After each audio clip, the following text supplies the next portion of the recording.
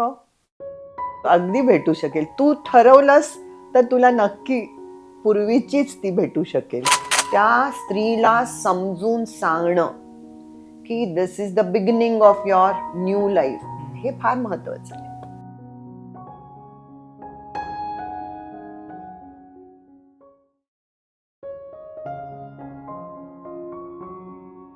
Husband's role is very important.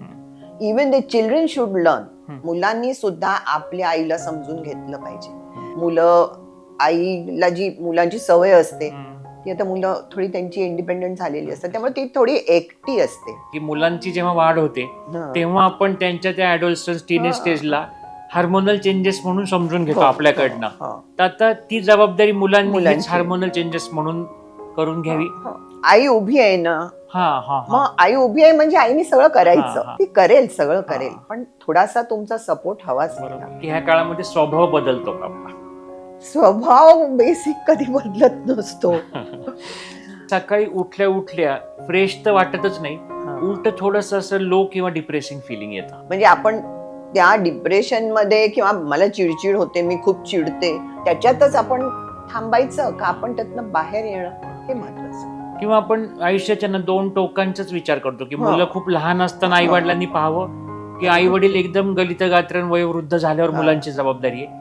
या मधल्या काळामध्ये पण ह्या छोट्या छोट्या जबाबदाऱ्या असतात. असं बऱ्याचदा तुम्हाला मैत्रिणी असायला हव्यात, त्या मैत्रिणींमध्ये मन रमतं.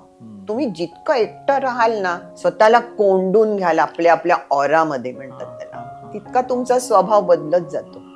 डिप्रेशन, मला डिप्रेशन येतं किंवा मला स्ट्रेस येतो. मग तो साध्या गोष्टीत माणसं एकाची दोन माणसं घरी जेवायला आली म्हणून मला स्ट्रेस येतो, तसं करता कामा नये. तुम्ही त्यातून बाहेर यायला पाहिजे. तुम्ही मैत्रिणींशी बोलताना यातनं काहीतरी पॉझिटिव्ह घेऊन बाहेर या. पण तुला पण असं होतं का ग, मला पण होतं, याच्यातनं दोघी मिळून जास्त डिप्रेशनला नका जाऊ. पाळी अचानक बंद होते, कधी अनियमित होते आणि मग बंद होते. थायरॉइडचा परिणाम मेनोपॉजवर बराच होतो. गर्भाशयाची पिशवी काढून झाली, हिस्टेक्टॉमीचं ऑपरेशन ऑलरेडी झाले, त्यानंतर पण मेनोपॉज येतो का? माझं वय आता 47 आहे, गर्भाशयाची पिशवी आणि एक ओव्हरी काढलेली आहे, तर आता मी काय काळजी घ्यावी? गोड पदार्थ, मला गोड पदार्थाशिवाय होतच नाही ग असं सांगतात बायका. जेवल्यावर मला एवढा तरी लागतोच, मग तो एवढा होतो, डिश भरली जाते त्याच्यात. या पूर्ण प्रवासामध्ये की केस गळती होते असं म्हणतात सारखं, तर ती कमी होऊन बंद होऊन पुन्हा नवीन हेअर ग्रोथ होण्याचे चान्सेस असतात का? लहान असताना त्यांचे सगळे इम्युनायझेशन वगैरे होतं. मग गरोदरपणात सुद्धा बऱ्यापैकी चेकअप होतात. गरोदरपणाचे तुमचे मंथली चेकअप असतो, मग इम्युनायझेशन असतं, औषधं देतात, अॅनिमिया ट्रीट होतो, आणि मग मुलं व्हायचं संपलं की संपला चेकअप. मग then there is no checkup. तुमची मानसिक स्थिती इतकी स्ट्रॉंग पाहिजे की यस आय विल विन, तरच तुम्ही जिंकणार.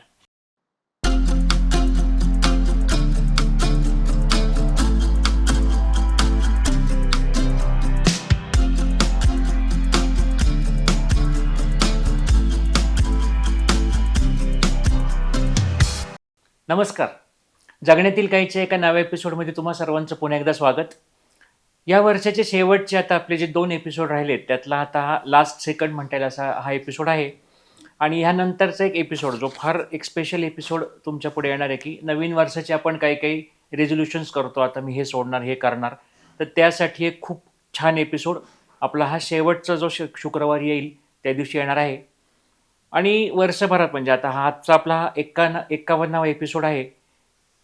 पूर्ण ह्या प्रवासामध्ये तुम्हा सर्वांचा सहभाग, तुम्हा सर्वांची साथ ही खूपच जास्त महत्त्वाची होती. सुरुवातीला आम्ही हे चॅनल चालू केल्यानंतर आम्ही धडपडत होतो, आम्हालाही त्यात बऱ्याच चुका घडत होत्या, पण सतत आमच्या कमेंट सेक्शनमध्ये किंवा आम्हाला पर्सनल मेसेज करून, फोन करून ज्या वारंवार सूचना तुम्ही दिल्या त्यामधून आम्ही पण आमच्यामध्ये भरपूर सुधारणा करण्याचा प्रयत्न करत गेलो. आणि आज या टप्प्यावर येताना नक्कीच हा एक आनंदाचा क्षण असतो. आजचा एपिसोड हा खूप जास्त स्पेशल आहे, हे खूप आवर्जून मला सांगा वाटतं. कारण वर्षभर जेव्हा आम्ही एपिसोड डिझाईन करत असतो तेव्हा आमची जी टीम आहे त्यांच्यामध्ये चर्चा चालते की आता साधारण कुठल्या विषयावर करायचा, काय करायचं, कोण डॉक्टर आपल्याला इन्व्हाइट करायचे आहेत. आजचा जो एपिसोड आहे तो आम्ही डिझाईन केलेला नाही, हा एपिसोड तुम्ही डिझाईन केलेला एपिसोड आहे. याचं कारण असं आहे की जो ऑक्टोबर महिन्यामध्ये आपण मेनोपॉज नंतर हा एपिसोड केला आणि जो आत्ता आमच्या ह्या वर्षभरातल्या एपिसोडमध्ये सर्वात हायेस्ट व्ह्यूज ज्याचे झाले, म्हणजे आज आम्ही जेव्हा रेकॉर्डिंग करतोय तेव्हा ऑलमोस्ट 1,20,000 इतके त्याचे व्ह्यूज आज झालेत. आणि या व्ह्यूजपेक्षा एक आनंदाची गोष्ट खरं सांगायची तर ज्या आपलेपणाने त्याच्यामध्ये तुम्हा सर्वांचे कमेंट्स आलेले, त्या कमेंट्समुळे किंवा त्या आपलेपणामुळे खरंच आम्ही भारावून गेलो. एखाद्या गेस्टविषयी आपल्याला डॉक्टर म्हणून वाटणं हा एक भाग असतो, पण तो गेस्ट आपला दूरवर आपण त्याला एका पडद्यावर पाहत असतो, प्रत्यक्षात भेटलेलो नसतो.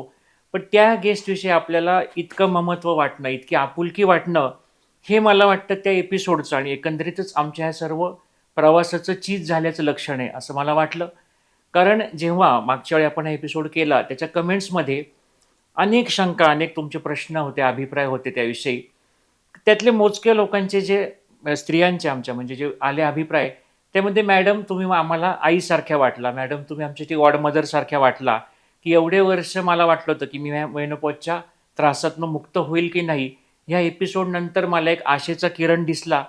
अशा प्रकारचे जे अभिप्राय आले त्यांनी निश्चितच आम्हाला एक भारावल्याचं फिलिंग आलं, की असं वाटलं अरे हे जे आपण करतोय त्याचं हे व्ह्यूज आणि ह्याच्यामध्ये मोजण्यासाठी एपिसोड नाही आहेत.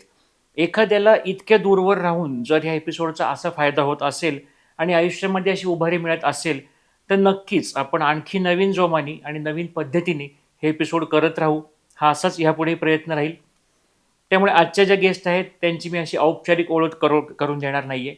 आज तुमचेच जे प्रश्न आले जे आम्हाला अभिप्राय सेक्शनमध्ये किंवा आमच्या पर्सनल मेसेजेसवरती किंवा कॉल करून, त्यातीलच सर्व प्रश्न घेऊन त्यातल्या बऱ्याचशा प्रश्नांना न्याय देता येईल अशा पद्धतीने त्याचं स्क्रुटिनायझेशन केलेलं आहे आणि त्यावरती आपण आजचा हा एपिसोड करत आहोत. त्यामुळं एपिसोडला नावसुद्धा मेनोपॉज एपिसोड नंतर आपल्या प्रश्नांची उत्तर असं दिलेलं आहे. तर आता आपण भेटूया मॅडमला. तर नमस्कार मॅडम, पुन्हा एकदा आमच्या चॅनलवर तुमचं स्वागत. नमस्कार. तुमची आणि आमची ओळख तर आता झालेलीच आहे. मागचा आमचा ऑक्टोबरमधला एपिसोड तुम्ही त्या एपिसोडला भरभरून दाद दिलेली आहेत. खूप सारे प्रश्न आलेले आहेत. तुम्हाला तो एपिसोड खूप आवडलाय. पण नुसता आवडलाय म्हणू नका, तर तो एपिसोड दर थोड्या दिवसांनी परत परत बघत चला. त्यातनं तुम्ही पाठवलेले खूप प्रश्न आम्ही पाहिले आणि मग आम्ही असं ठरवलं की आता आणखीन एक एपिसोड करून तुमच्याशी परत एकदा प्रश्न उत्तर असं करून गप्पा मारूयात. तेव्हा आता पाहूयात आपण तुमची प्रश्न आणि मग आमची उत्तरं. तर खूप जास्त प्रश्न आहेत, आपण त्याला बऱ्यापैकी स्क्रुटिनाइज केले त्या ह्याच्यानुसार. तर एक सगळ्यात पहिला प्रश्न असा आहे की मॅडम, पाळी अचानक बंद होते, कधी अनियमित होते आणि मग बंद होते? तुम्ही एपिसोड परत एकदा नीट पहा. त्याच्यात आम्ही सांगितलंय की पाळी कधी अचानक बंद होते, कधी कमी कमी कमी होत जाते आणि मग बंद होते, कधी खूप ब्लिडिंग होतं, काही त्रास जास्त होतो आणि मग आपोआप सुद्धा बंद होते किंवा काही कारणांनी औषधं, ऑपरेशन असं करूनही बंद होते. तेव्हा पाळी, आपलं शरीर हे मशीन नाहीये की मला असं पक्क सांगता येणार नाही की पाळी आता बंद झाली. नाही, ही वेगळ्या वेगळ्या तऱ्हेने प्रत्येक स्त्रीमध्ये वेगळ्या वेगळ्या तऱ्हेने पाळी बंद होते. अच्छा. आणि त्याचाच एक खरं उपप्रश्न आहे की माझे वय आता 55 आहे, अजून पाळी येत आहे, तर हा प्रॉब्लेम आहे का? 55 पर्यंत, आता पूर्वी पाळी खूप लवकर बंद व्हायची, पण आताच्या आपली जी राहणीमानाची शैली आहे त्याच्यामध्ये पाळी ही आता थोडीशी उशिरा बंद होते. 55, 56, 57 पर्यंतही बंद होते. पण यावेळी एक चेकअप करून सगळं व्यवस्थित आहे का हे पाहणं महत्वाचं आहे. अच्छा. मग खरं तर त्याच अनुषंगाने पुढचा प्रश्न नेमका असा आलाय की मेनोपॉज सुरू झाला हे कसं समजायचं आणि त्यासाठी काही टेस्ट आहेत का? मिनोपॉज समजायला तुम्हाला समजणारच. मिनोपॉज 1 वर्ष जेव्हा पाळी बंद होते, 40-45 नंतर 1 वर्षांनी जेव्हा पाळी येत नाही तेव्हा मग आपण त्याला मिनोपॉज म्हणतो. मग मिनोपॉजला काही स्वभावात, काही शरीरात बदल जाणवायला लागतात. हे बदलही तुम्हाला जाणवायला लागतील तेव्हा तुम्हालाही समजायला लागेल की आता आपल्याला मिनोपॉज येतोय. या व्यतिरिक्त तुम्ही जेव्हा डॉक्टरकडे जाल, हळूहळू पिशवी छोटी होत जाते गर्भाशयाची. त्याच्यानंतर काही टेस्ट असतात, त्या टेस्ट करतात, हार्मोनल टेस्ट असतात, ज्याच्यामध्ये आपल्याला हार्मोन कमी होऊन पाळी बंद झालेली आहे हे समजतं. अल्ट्रासोनोग्राफीमध्ये समजतं पिशवी छोटी झालेली आहे, त्याच्या आतला थर गेलेला आहे. आणि आणखीन एक म्हणजे सायटॉलॉजी आपण करतो, जसं पॅप्समियर असतो, पॅप्समियरला आपण कॅन्सर सेल्स बघतो, तशी काही बेसिक योनी मार्गाच्या सेल्सची स्टडी केली की त्याच्यात पॅराबेझल, बेझल असे सेल्स येतात. ते यायला लागले की समजायचं की ही पाळी बंद झालेली आहे. तेव्हा अशा तऱ्हेने साधारण बायकांना समजतो की हा मेनोपॉज आहे.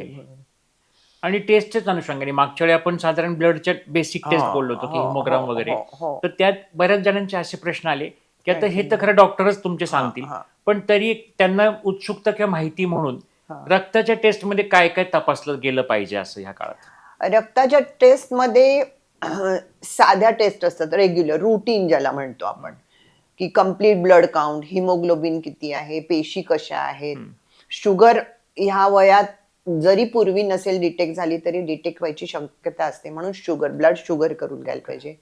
कोलेस्ट्रॉलवर मिनोपॉजचा बराचसा परिणाम होतो. मिनोपॉज नंतर कोलेस्ट्रॉल थोडंसं वाढायला लागतं, म्हणून lipid studies, blood lipid studies म्हणजे कोलेस्ट्रॉल किती आहे, काय आहे ही स्टडी. थायरॉइडचा परिणाम मिनोपॉजवर बराच होतो. थायरॉइड वर गेली, थायरॉइड खाली आलं की त्याच्यामध्ये सुद्धा बराचसा होतो. त्याच्यामुळे थायरॉइडची टेस्ट, या बेसिक टेस्ट झाल्या. मग याच्यानंतर ह्याच्यात आपल्याला काही सापडलं किंवा आणखीन काही आपल्याला तपासणीमध्ये सापडलं तर स्पेशलाइज टेस्ट असतात, हार्मोन स्टडीज असतात, त्याच्यानंतर सायटॉलॉजी असते, ही मी आता तुम्हाला सांगितली तशी, अल्ट्रासोनोग्राफी असते, आणि यातूनही पुढे इम्युनॉलॉजिकल टेस्ट किंवा जेनेटिक टेस्ट सुद्धा आता निघालेल्या आहेत. त्यामुळे अशा बऱ्याच प्रकारच्या टेस्ट असतात.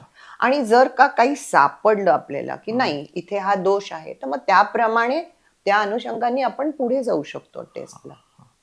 आणि बेसिक तर म्हणजे तुमचे जे जे डॉक्टर असतील त्या सल्ला त्यानुसार देतील. फक्त हे खूप लोकांना त्यास एक उत्सुकता होती की काय टेस्ट कराव्यात. आता एक असा प्रश्न आहे की गर्भाशयाची पिशवी काढून झाली, हिस्टेक्टॉमीचं ऑपरेशन ऑलरेडी झाले, त्यानंतर पण मेनोपॉज येतो का? पिशवी काढली हा मेनोपॉजच झाला. मेनोपॉज म्हणजे हार्मोन्स शरीरातले पिशवीवर त्याची ऍक्शन होते आणि पिशवीतून रक्तस्राव होतो. मग आता पिशवीच काढलेली आहे तर रक्तस्राव होणारच नाही. त्याच्यामुळे पिशवी काढली हा आर्टिफिशियल मेनोपॉज याला म्हणता येईल पाहिजे तर, कृत्रिम मेनोपॉज असं म्हणता येईल ह्याला पाहिजे तर. पण या वेळी आपल्या ओव्हरीज, अंडकोश हे असतात, त्यामुळे अंडकोश हार्मोन्स तयार करतात. जरी पिशवी काढली तरी शरीरामध्ये अंडकोश हार्मोन्स तयार करतात.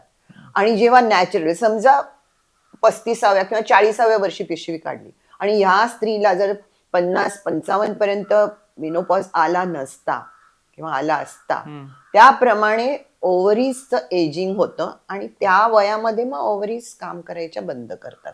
त्यामुळे जरी पिशवी काढली तरी शरीरात हार्मोन्स असतात. त्यामुळे पिशवी काढली म्हणजे मला मेनोपॉज आला म्हणजे माझं सगळं जे चेंज आयुष्यातला तसा नसतो. ओव्हरीज असतात आणि युजली ओव्हरीज काढत नाहीत अनलेस त्याच्यामध्ये जर काही दोष असेल तरच, नाही तर मग ओव्हरीज काढत नाहीत. का? तर आपल्याला हार्मोन्सची गरज असते. फक्त गर्भाशयाशी संबंधित जो काही भाग आहे तो होणार नाही फक्त तोपर्यंत, म्हणजे पाळी अंगावर जाणार नाही, पाळी येणार नाही, पण आज शरीरात हार्मोन्स तसेच राहतात. त्यामुळे पाळी गेल्यानंतरचे जे बदल होतात ते फारसे बदल याच्यात होत नाही. बरोबर.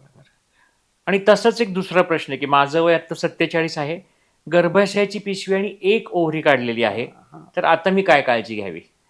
आता काहीच काळजी घ्यायची गरज नाहीये, कारण एक ओव्हरी आहे आतमध्ये. आपल्याला एक ओव्हरी हार्मोन्ससाठी भरपूर होते, पण चेकअप करत राहणं महत्वाचं आहे. एक ओव्हरी काढलीये ती का काढलीये आणि त्याचा पुढे काय इफेक्ट होईल हा ते तुम्हाला तुमचे डॉक्टर सांगतील. त्याप्रमाणे तुम्ही पुढे चेकअप करत राहा. पण एक ओव्हरीचे हार्मोन्स हे शरीराला भरपूर होतात. ओके. आता जे शारीरिक तक्रारी आपण मागच्या वेळी त्याविषयी सविस्तर बोललो होतो, पण काही जणांचे त्याच्याविषयी स्पेसिफिक आले तर ते बऱ्यापैकी समराईज करून त्यातले काही भाग आपण घेतोय की सर्व टेस्ट नॉर्मल आलेले आहेत, रक्ताच्या ज्या टेस्ट केल्या त्या, पण लघवीला सतत जळजळ होते आणि कंबरदुखी आणि गुडघेदुखीचा त्रास सारखा होत असतो. सगळ्या टेस्ट केलेल्या आहेत आणि नॉर्मल आल्या आहेत, त्याच्यात युरिन टेस्ट पण करायला हवी एक. आणि जळजळ होणं हार्मोन्स कमी झाल्याचा सुद्धा एक परिणाम असतो.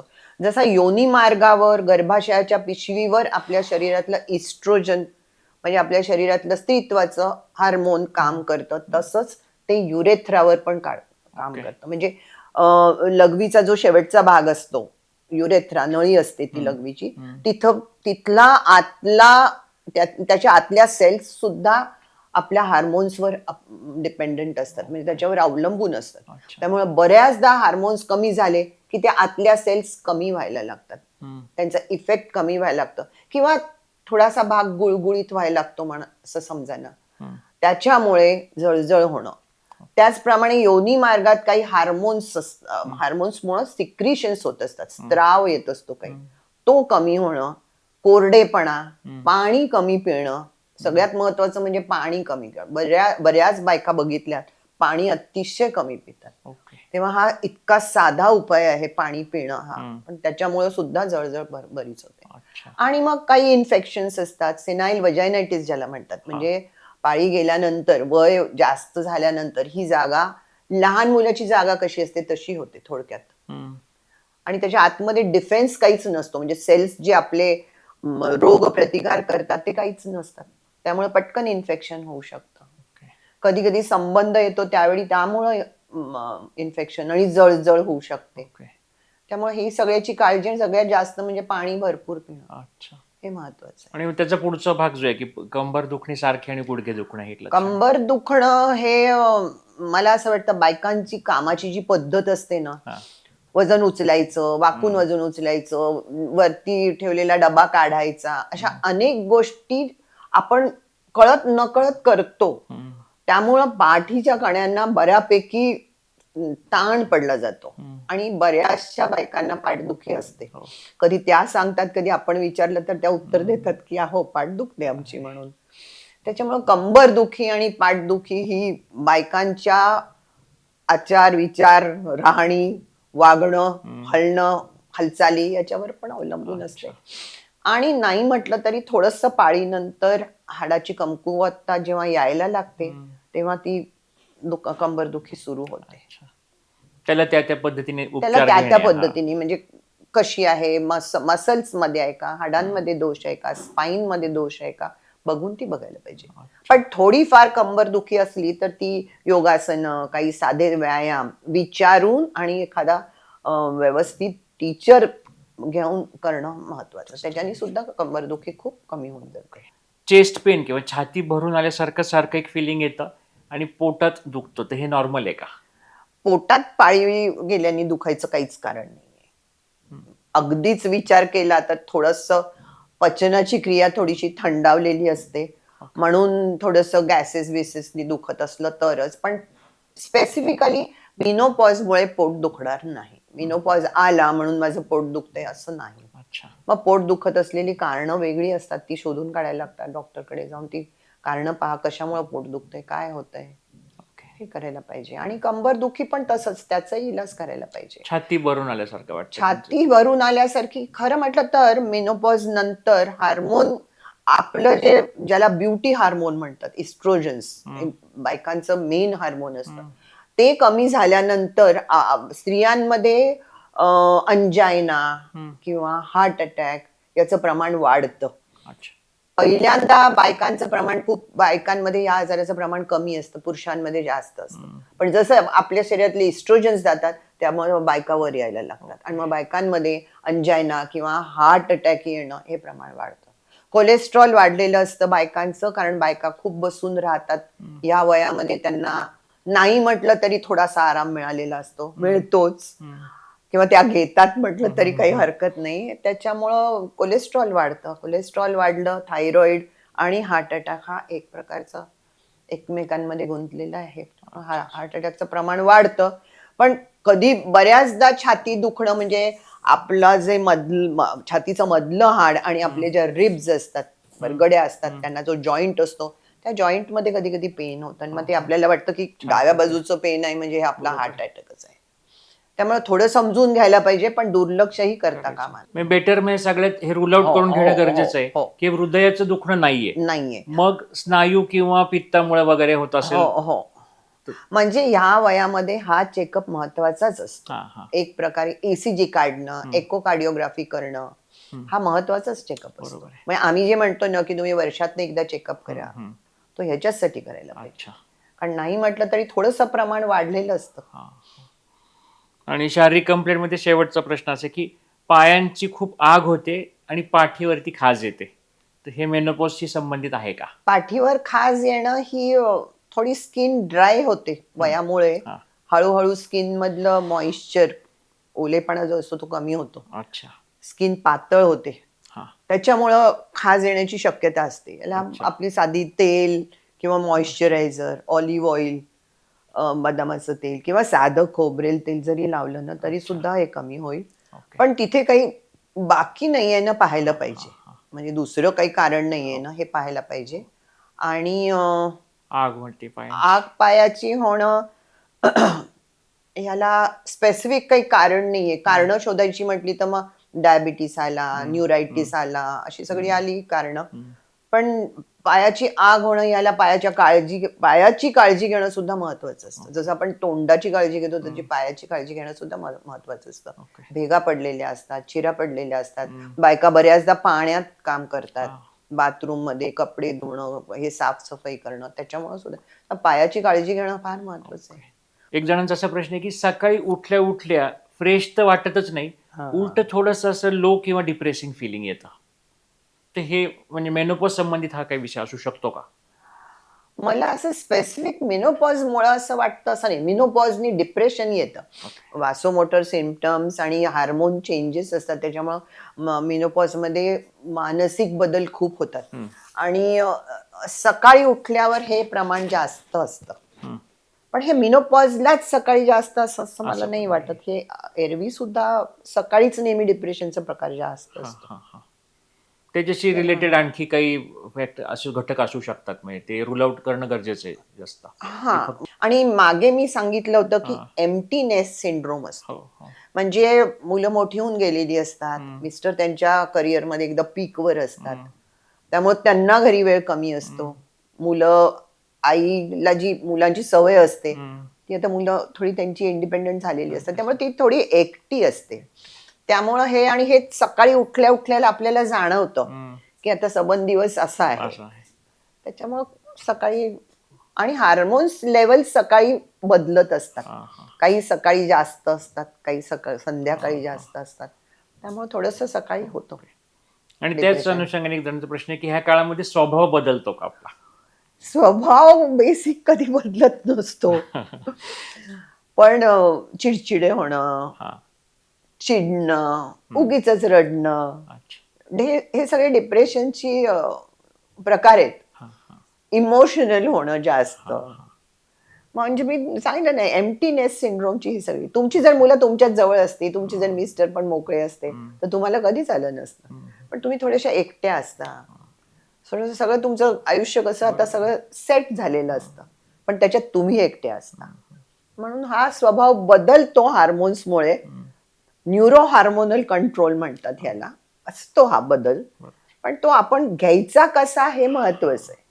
म्हणजे आपण त्या डिप्रेशन मध्ये किंवा मला चिडचिड होते, मी खूप चिडते, त्याच्यातच आपण थांबायचं का आपण त्यातनं बाहेर येणं हे महत्वाचं आहे. जास्तीत जास्त आपण कशात तरी बिझी आहोत, आपल्या आवडीच्या गोष्टी ह्या शोधणे. आणि आता वेळ मिळतो ना भरपूर, मग आपल्या पूर्वी राहिलेल्या काही गोष्टी असतात. कोणाला एम्ब्रॉयडरी आवडते, कोणाला पेंटिंग आवडतं, कोणाला गाणं आवडतं.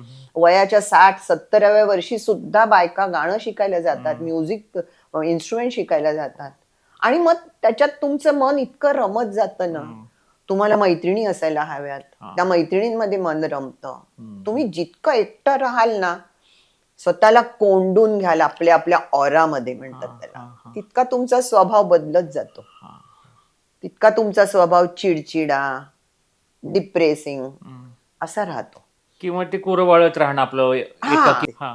उगीच दुःख करायची किंवा दुःखाला बिलगून बसायचं, किंवा डिप्रेशन, मला डिप्रेशन येतं किंवा मला स्ट्रेस येतो. मग तो साध्या गोष्टीत माणसं, एकाची 2 माणसं घरी जेवायला आली म्हणून मला स्ट्रेस येतो, तसं करता कामा नये. तुम्ही त्यातून बाहेर यायला पाहिजे. मी मागच्याच वेळी सांगितलं होतं की this is the beginning of new life.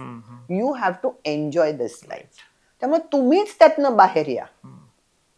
आणि बरेच जणांना आहे असं काही, असा हा कुठला आजार नाहीये की मलाच का झाला, हे नैसर्गिक प्रक्रिया आहे, तर त्यातनं मार्ग शोधणं पण नैसर्गिक आहे त्यातनं. खरं तर तुम्ही मैत्रिणींशी बोलताना यातनं काहीतरी पॉझिटिव्ह घेऊन बाहेर या. पण तुला पण असं होतं का ग, मला पण होतं, याच्यातनं दोघी मिळून जास्त डिप्रेशनला नका जाऊ. आणि पुढचा पार्ट खरं त्यातलाच एक होता की खूप जणांचा त्याच्यावर आलाय म्हणून विषय खरा क्लिअर झालाय विषय, की ब्रेन फॉग होतो असं सारखं ऐकलं जातं. तर हे काय प्रकार? ब्रेन फॉग हा एक प्रकारचा मानसिकच आहे की ज्याच्यामध्ये आपली डिसिजन पॉवर कमी होते, कन्फ्युज्ड असतो आपण, हे घेऊ का ते घेऊ असं व्हायला लागतं. पूर्वी कसे जाऊन खट करून खरेदी करून येतं, नाही आता मी हे घेऊ का ते घेऊ. म्हणजे असा ब्रेन, मेंदूत किंवा आपल्या विचारांमध्ये एक कंजेशन असतं. फॉग म्हणजे काय, धुक्यात कसं आपल्याला दिसत नाही, तसा मेंदूत एक प्रकारचा फॉग येतो. आणि हा बऱ्याचदा स्ट्रेसमुळे येतो किंवा बऱ्याचदा तुमची जीवन म्हणजे तुमचं एक्सरसाइज किंवा हे जी लाईफस्टाईल आहे तुमची ती वेगळी असते, चुकीची असते रादर. डाएट मध्ये प्रॉब्लेम येतो. तेव्हा या सगळ्या गोष्टी जेव्हा इम्प्रूव्ह होतील तेव्हाच ब्रेन फॉग कमी होईल. ते वेगळा म्हणजे तो शारीरिक तक्रारीमधलाच विषय, पण त्याला एक वेगळं महत्व आहे म्हणून तो प्रश्न वेगळा घेतलाय की या पूर्ण प्रवासामध्ये की केस गळती होते असं म्हणतात सारखं, तर ती कमी होऊन बंद होऊन पुन्हा नवीन हेअर ग्रोथ होण्याचे चान्सेस असतात का?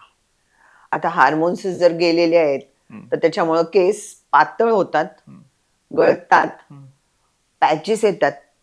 पहा तुम्ही जिथे भांग पाडतात बायका तिथे मोठे मोठे पॅचेस येतात. ॲलोपेशिया म्हणतो ना आपण, टक्कल ज्याला म्हणतो त्याला, त्याचे पॅचेस येतात.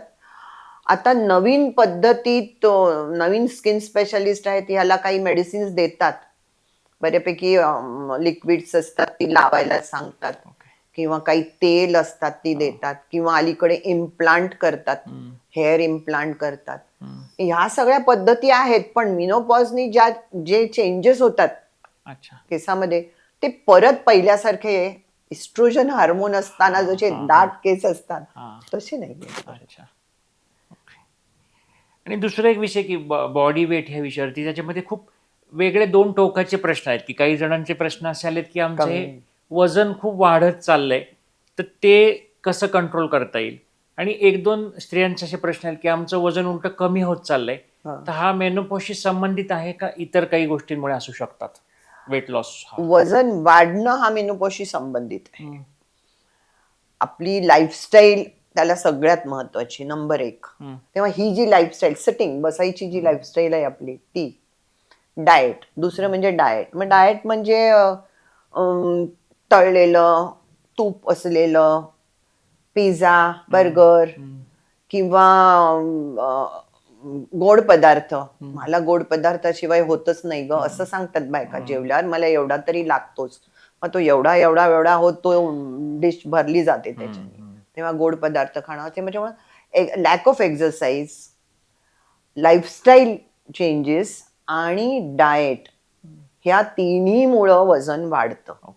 किंवा मग थायरॉइड कमी किंवा जास्त होणं, डायबिटीस, ही सगळी पण कारणं आहेत की ज्याच्यामुळे वजन वाढू शकतं.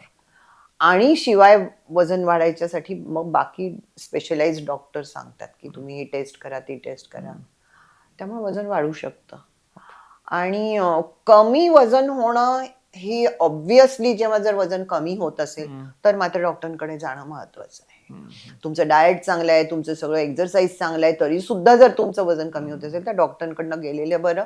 आपल्या शरीरात काही बदल होत आहेत का, एंडोक्राईन्स असतात, थायरॉइड ग्लँड मध्ये वजन कमीही होतं, वजन जास्तही होतं, डायबिटीस मध्ये वजन कमी होतं, एखादी ग्रोथ कुठेतरी कॅन्सरची वाढत असते त्याच्याने वजन कमी होतं, ब्लड मध्ये काहीतरी ब्लड मध्ये चेंजेस आले तर त्याच्याने. त्यामुळं जेव्हा ऑब्व्हियसली वजन तुमचं कमी होतं तेव्हा तुम्ही डॉक्टरांकडनं चेकअप करणं अतिशय महत्वाचं असतं. बरोबर. किंवा आता आपण जो आधीचा प्रश्न चालला होता विषय की मैत्रिणीमध्ये 2 बसलो, ही चर्चा चालली आहे. खरं तर स्त्रियांनी घरामध्ये असं जेव्हा ही वयाच्या टप्प्यावर येतात तेव्हा एकदा बसून आपल्या नवऱ्याशी किंवा वयात आलेल्या मुलांशी हा विषय नीट बोलून त्याच्यावर चर्चा करणं अपेक्षित आहे. हो, मी मागच्या पण एपिसोड मध्ये सांगितलं की हा. Husband's role is very important. Even the children should learn. मुलांनी सुद्धा आपल्या आईला समजून घेतलं पाहिजे, की जसं वयात येताना मुलांना आई समजून घेते की मुलं का अशी वागतात, ऐकत नाहीत, हे नाही, ती आई समजून घेते आणि आई बरंच त्यांना काउन्सिलिंग करते. तसं ह्या वयामध्ये मुलांनी पण आईला समजून घ्यायला पाहिजे. ती एकटी आहे, ती रडतेच, ती बसतेच, ती चिडतेच असं म्हणून नाही उपयोग. ती का चिडते, ती का रडते, ती का एकटी आहे, तिला तुम्ही एनकरेज करा ना. तिला, she is healthy lady, she has her life. त्याच्यामुळे तिला तुम्ही एनकरेज करा, आई तू जा बाहेर, मैत्रिणींबरोबर जा, तू जा हा क्लास जॉईन कर, तुला पेंटिंग आवडायचं तू पेंटिंग चालू कर. हे encouragement should come from the family itself. जसं तिने पण करायला पाहिजे, तिच्या मनातून सुद्धा हे सगळं यायला पाहिजे, तसंच फॅमिलीनी सुद्धा तिला सपोर्ट करणं महत्वाचं आहे. दोन गोष्टी उलट मला त्यात महत्वाच्या वाटते, की मुलांची जेव्हा वाढ होते तेव्हा आपण त्यांच्या त्या ऍडोलसन्स टीनेज स्टेजला हार्मोनल चेंजेस म्हणून समजून घेतो आपल्याकडनं. तर आता ती जबाबदारी मुलांनी हार्मोनल चेंजेस म्हणून करून घ्यावी. आणि थोडं घरच्या काही कामांची जबाबदारी आहे ती जर मुलांनी वाढत्या वयातली घेतली, की आता आम्ही ह्या कामांची जबाबदारी घेऊ, आई तू थोडे दिवस हाताळून घेऊ नको, तर कदाचित हे वातावरण जास्त घरातलं बदलेल. अगदी साधी गोष्ट म्हणजे 5-6 पाहुणे येणार संध्याकाळी जेवायला, तेव्हा तिची जी एकटीची धडपड असते चालू, आणि मग ती स्ट्रेस असतो तिला, मग त्याचं तिला टेन्शन येतं, त्याचं सगळं तिच्या शरीरावर परिणाम होतो. पण त्यावेळी जर घरातल्या सगळ्या मेंबर्सनी तिला मदत केली की नाही तू आज हे कर, मी हे करते, आपण असं करू तसं करू, हा जो टुगेदरनेस आहे ना, हा फार महत्वाचा आहे फॅमिलीत. बऱ्याचशा म्हणजे मेनोपॉजच असं नाही, पण बऱ्याचशा आजारांना हा टुगेदरनेस खूप हेल्प करतो. किंवा आपण आयुष्याच्या ना दोन टोकांचाच विचार करतो, की मुलं खूप लहान असताना आई वडिलांनी पाहावं, की आई वडील एकदम गलित गात्रन वयोवृद्ध झाल्यावर मुलांची जबाबदारी आहे. या मधल्या काळामध्ये पण ह्या छोट्या छोट्या जबाबदाऱ्या असतात असं बऱ्याचदा. म्हणजे आई उभी आहे ना, मग आई उभी आहे म्हणजे आईने सगळं करायचं, ती करेल, सगळं करेल, पण थोडासा तुमचा सपोर्ट हवाच. ती इतकीही अजून वयस्क झालेली नाहीये किंवा इनव्हॅलिड झालेली नाहीये, मग तिला होऊ देऊ नका तसं. किंवा जे माणूस फिजिकली उभं दिसतंय ते आतून कोसळलेलं नसेल तसंही सांगता येत नाही, असं पण विषय. सायकोलॉजिकली ती डिप्रेस आहे किंवा ती रडते किंवा ती अशी एकटी राहते, हे असं नाही. तिथे पुन्हा एकदा फॅमिलीमध्ये कम्युनिकेशन आणि एकमेकांची चांगल्या संवादाची गरज आहे कुठल्याही गोष्टी. Togetherness, communication, open discussions.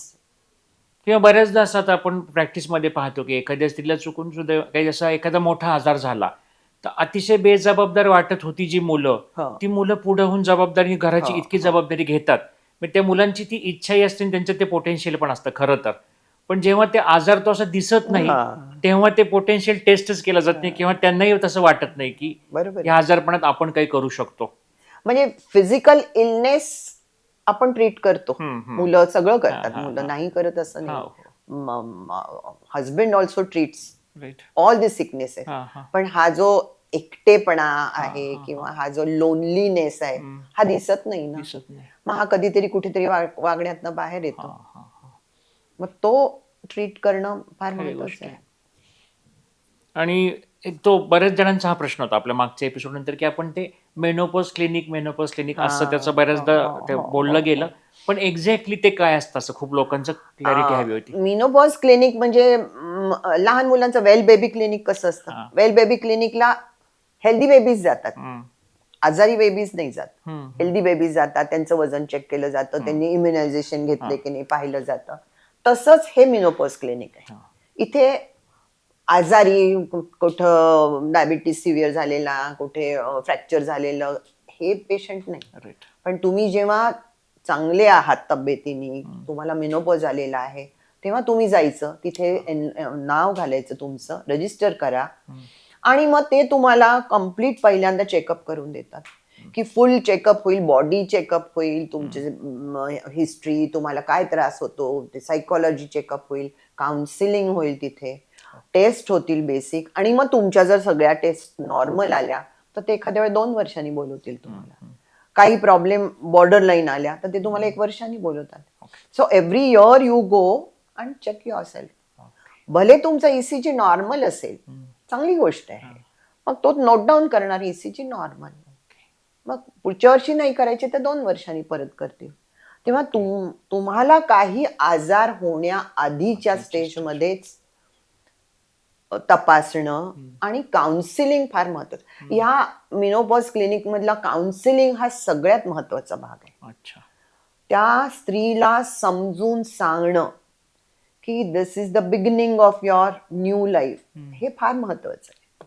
आणि मग मिनोपॉज क्लिनिकमध्ये टर्न बाय टर्न कार्डिओलॉजिस्ट येतात, एंडोक्रायनॉलॉजिस्ट येतात, डायबिटॉलॉजिस्ट येतात, ऑर्थोपेडिक सर्जन्स येतात. मग ते इंडिव्हिज्युअली ह्या पेशंटला कंबर दुखते आहे, काहीतरी कमरेचा भाग आहे का, मग तो ऑर्थोपेडिक सर्जन ते पाहणार. असं ते मल्टी स्पेशालिटी क्लिनिक आहे under the name of menopause. म्हणजे कोणी यायचं तर हेल्दी मिनोपॉज असलेल्या स्त्रियांनी.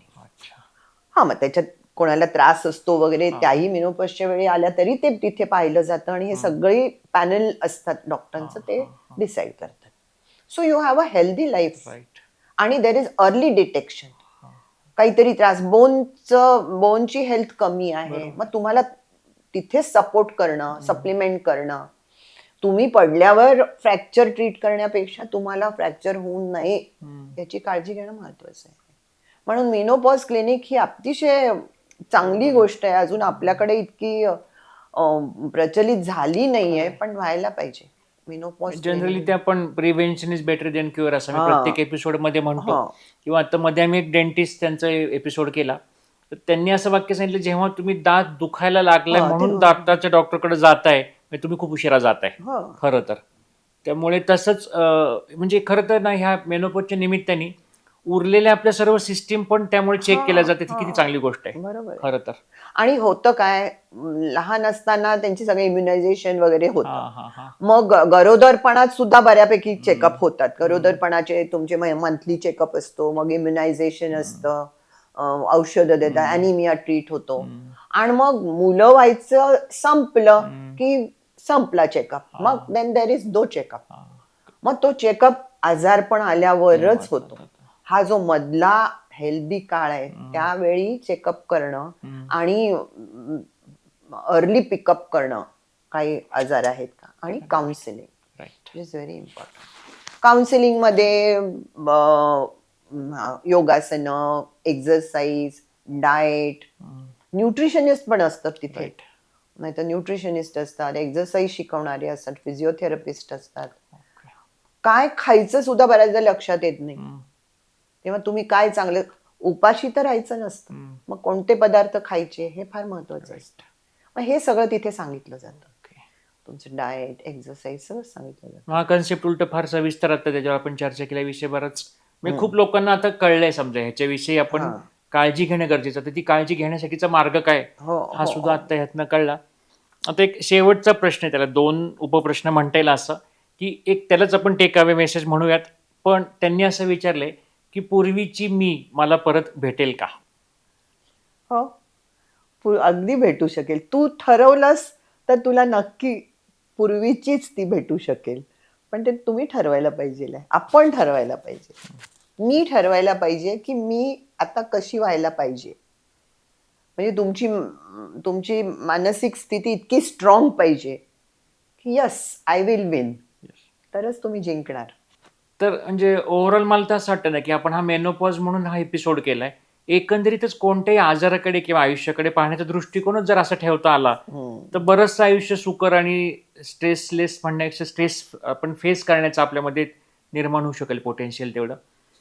तर आजच्या या स्पेशल एपिसोडमधनं आपल्याला तुमच्या ह्या प्रश्नांचे उत्तरं, खरं या प्रश्नांव्यतिरिक्त आणखी बऱ्याच गोष्टींवर गप्पामधनं चर्चा होत गेली. आणखी काही मंथन झालं, आणखीन काही नवीन विषयांवरती मुद्दे चर्चिले गेले. आणि हाच आपला नेहमी हेतू राहणार आहे की असेच तुम्ही एपिसोड उलटं आम्हाला सुचवत जा की काय एपिसोड तुम्हाला पाहायला आवडतील. एखादा वेगळा विषय आहे, कोणता तरी असा एक आजार आहे की ज्याविषयी तुम्हाला आणखी माहिती आवडेल. आपण येत्या वर्षामध्ये नक्कीच असे एपिसोड करण्याचा जास्तीत जास्त प्रयत्न करूया. आणि आज मॅडम तुम्ही परत आलात आणि आपण आता हा मेनोपॉज विषयावर आपण 2दा बोललो. भविष्यात आपण नक्कीच आणखी असे स्त्री रोगाविषयी किंवा स्त्री आरोग्याविषयी म्हणता येईल असे बरेच विषय असतील, त्यावर भविष्यात असे एपिसोड करूयात. नक्कीच. आणि आमच्या चॅनलतर्फे पुन्हा एकदा धन्यवाद. नमस्कार. Thank you.